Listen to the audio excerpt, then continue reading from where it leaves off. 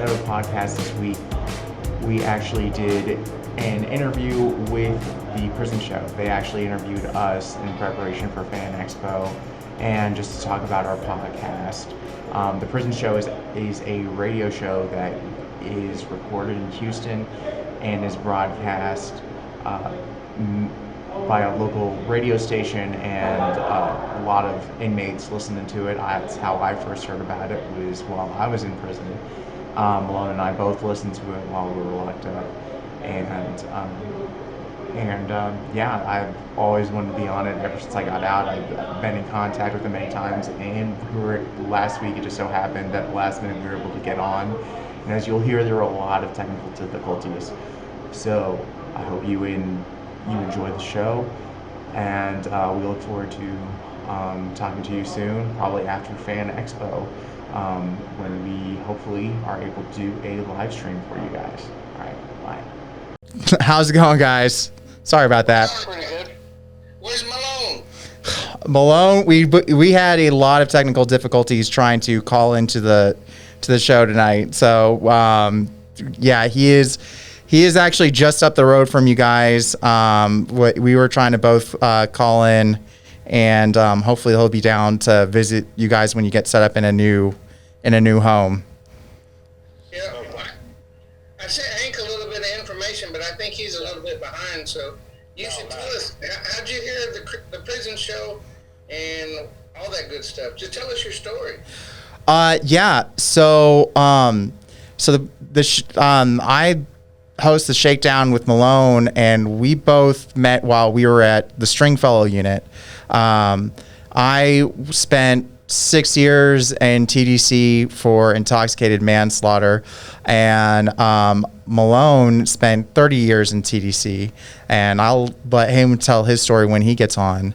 And then what happened was at Stringfellow unit, we met through the Jewish program at the unit, and we started working on comics together and started talking, and then we actually got out just in this past year and put together this podcast about criminal justice and talking about our experiences and kind of letting people know how the criminal justice system actually works as opposed to how it works on TV and in movies and things like that. Okay. All right. So you guys got this podcast going. How many episodes have you done? We are on our 6th one right now. Oh, nice. Okay. So it's still fresh, brand new. Right. It's still brand new, but we've had a whole bunch of ideas lined up from the beginning, and we're just basically, the way each episode works is we tackle the different question about criminal justice, about just life in TDC. We've done who are trustees, what are shakedowns, all the way to do we need prisons, and like going through the history of prisons and things like that, and also from our experience. And we basically just start from that point and kind of jump off from there throughout the rest of the show. Well, I noticed that one of the things you mentioned was the death penalty too, which we cover that every week, whether it's on the broader national spectrum or on the TDCJ spectrum. And that's something we feel strongly about, that because it doesn't make the community safer. And we've had it for almost all but about 20 years of the history of the United States, and it's never stopped working. Right, and that is something we are, we're both against the death penalty. And the one big thing that we've learned from our experience is that it is a very hard thing to attack, because of the way people who defend it, their view on it is, and because the way they look at it is it's reserved for the worst of the worst, and those are the only people who get it, and that's how it is.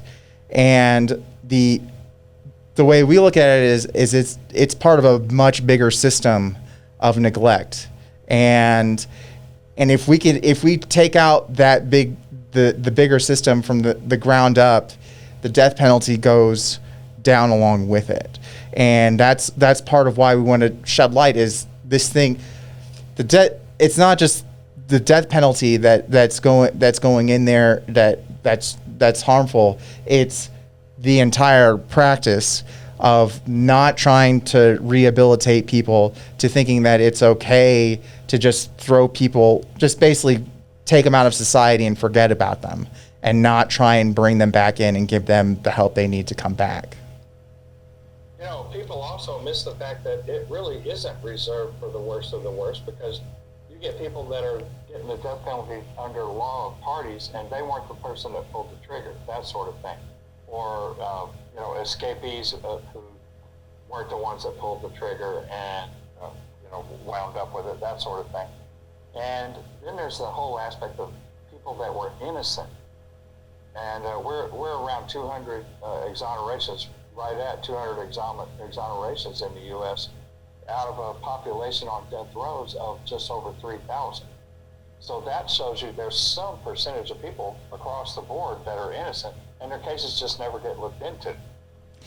Right, and I mean that's just on death row too. I mean this is, and that's overall on the system. There are tons of people who there are people who are innocent but will say that they're guilty for a number of reasons, just because they just don't want to spend. It's easier to, you know, get their sentence and stop sitting and waiting in jail and just sign the paper and be done with it, and just start serving their time and get time served for what they did, as opposed to trying to fight the whole thing, which they might get a longer sentence for. And yeah. Yeah, the level of severity between what you get as a plea bargain and what you get if you're convicted in a court is dramatically different. They use that as an additional punishment for making use of the courts, which you're supposed to have the free use of anyway when you're accused. Right. And a lot of people forget too that it's innocent until proven guilty, and a lot of people don't even get that shot at trying to prove their guilt, prove their guilt or innocence. It's going to try. They want to. I mean, it's basically you're accused. It's done. That part's done, and it's just a matter of how punished you're going to get. And really, one big thing we focus on there is a lot of that, because of the way that's set up. That's a lot of that relies on the prosecutor. That gives so much power to the prosecutor, and sometimes they might just be making a name for themselves, and they just need that big win, and that's why that person gets what they get. In Texas, they don't get reelected unless they have a high conviction rate. Right. And that eliminates, all but eliminates, the search for truth and fact and guilt or innocence in order to get those high conviction rates. Right. You know, I wonder. Well, I don't know. I don't want to get off down the rabbit hole. we're already on a big topic here. Is there something else you would like to discuss tonight? I didn't have a chance before the show to get the rundown. Well, those are the two big. The big thing is we just want to talk about, like, just mention our show, Shakedown. You can find it at shakedown.show, and we're going to be at Fan Expo in Denver if you're in the area for that, and we're going to do a panel on writing comics in prison, and at Fan Expo, and then. But the other thing is the big thing is that the death penalty is a big part of a larger problem, and I feel like that one big thing is we need to. Sometimes it really gets easy for especially the people who are defending the death penalty to use that as a way to distract from from the bigger problem that needs to be fought of this thing where people can be cast aside from society and be forgotten about, and they need to. We need to look at how these people are getting sent there in the first place, from the beginning, how everyone is being sent there, and from the bottom up, how we can do this. And I think that is our best chance at getting everyone out. Malone was on the call here earlier with me, but I think that's what kind of jacked up my my mic. But he has a very similar view on how he sees the death penalty, on how to try and attack it and try and get rid of the overall problem. Well, you mentioned how this whole process works, and it begins with the arrest. Because in America, people buy the whole thin blue line fantasy, which it is a fantasy because less than half of all crime ever gets reported. And out of that half that does get reported, less than half of that ever gets solved. And some of those are false convictions. Innocent people that, like you said, plea bargain just so they can get their sentence over and get out, that sort of thing. Get on with it. And it's a hard situation because people believe that once you're arrested, you're guilty. Right. And part of that is because they think that when all of their taxes, which even where I'm at, I'm in a small town up in Colorado, and it's a growing town. But the thing is that a lot of our taxes go towards the police department, and because they feel that that's where it needs to go.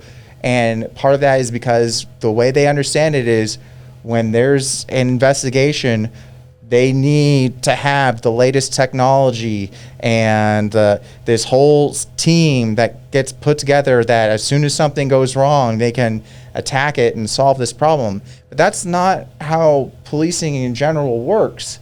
They might buy the latest and greatest taser, but they're not going to go out and they're not, they don't have the latest and greatest, I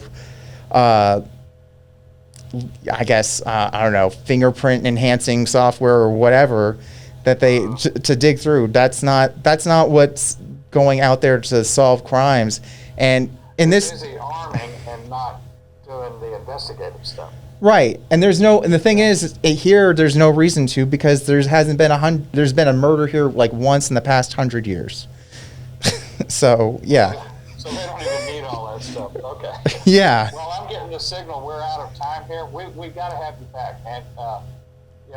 Get with David, and let's see when we can get you back, and maybe Malone can be there too. Yes, how definitely. How can people get a hold of you? Yes, you can get a hold of us, shakedown.show. That's our website. And I'm Ryan at shakedown.show, or you can find Malone at shakedown.show and email us that way, and you can find all of our episodes. Mailing address? Oh, a mailing address would be P.O. Box 91, Longmont, Colorado, 80502. That's again, one more time, please.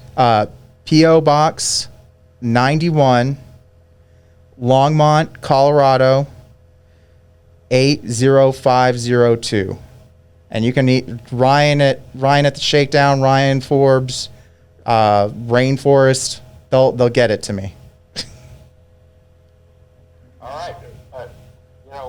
Rainey, we thank you so much. We'll have you back on, I'm sure of that. Great.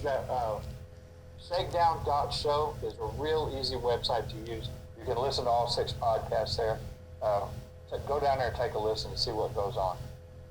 Thanks, Ryan. All right, thanks. The Shakedown is recorded in luxurious Longmont Public Media Studios, and our theme song, Shakedown, is provided by Envato Elements.